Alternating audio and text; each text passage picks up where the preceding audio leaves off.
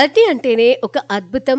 పోషకాల మహారాణి అయిన ఈ అరటి తోటను చూసినా, పచ్చటి దాని ఆకును చూసినా ఆనందం వేస్తుంది.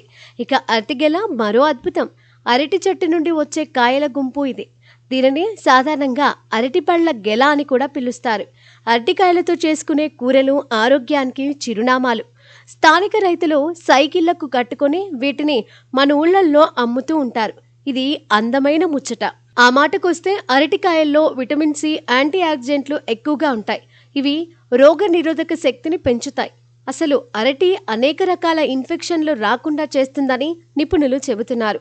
అరటికాయలో ఫైబర్ ఎక్కువగా ఉంటుంది. ఇది జీర్ణశక్తిని పెంచుతుంది. గ్యాస్, ఎసిడిటీ వంటి సమస్యలు రాకుండా చూస్తుంది. ఈ పచ్చి అరటికాయతో కొలెస్ట్రాల్ను నియంత్రించే ఫైబర్ ఉంటుంది.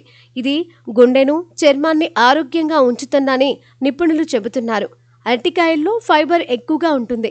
ఇది జీర్ణాశయంలో అల్సర్ రాకుండా చేయడమే కాకుండా క్యాన్సర్ కణాల పెరుగుదలను అడ్డుకుంటుంది. అరటికాయలో తక్కువ గ్లైసెమిక్ ఇండెక్స్ ఉంటుంది. ఇది రక్తంలో షుగర్ లెవెల్స్ అదుపులో ఉంచుతుంది. తద్వారా డయాబెటీస్ రాకుండా కాపాడుతుంది.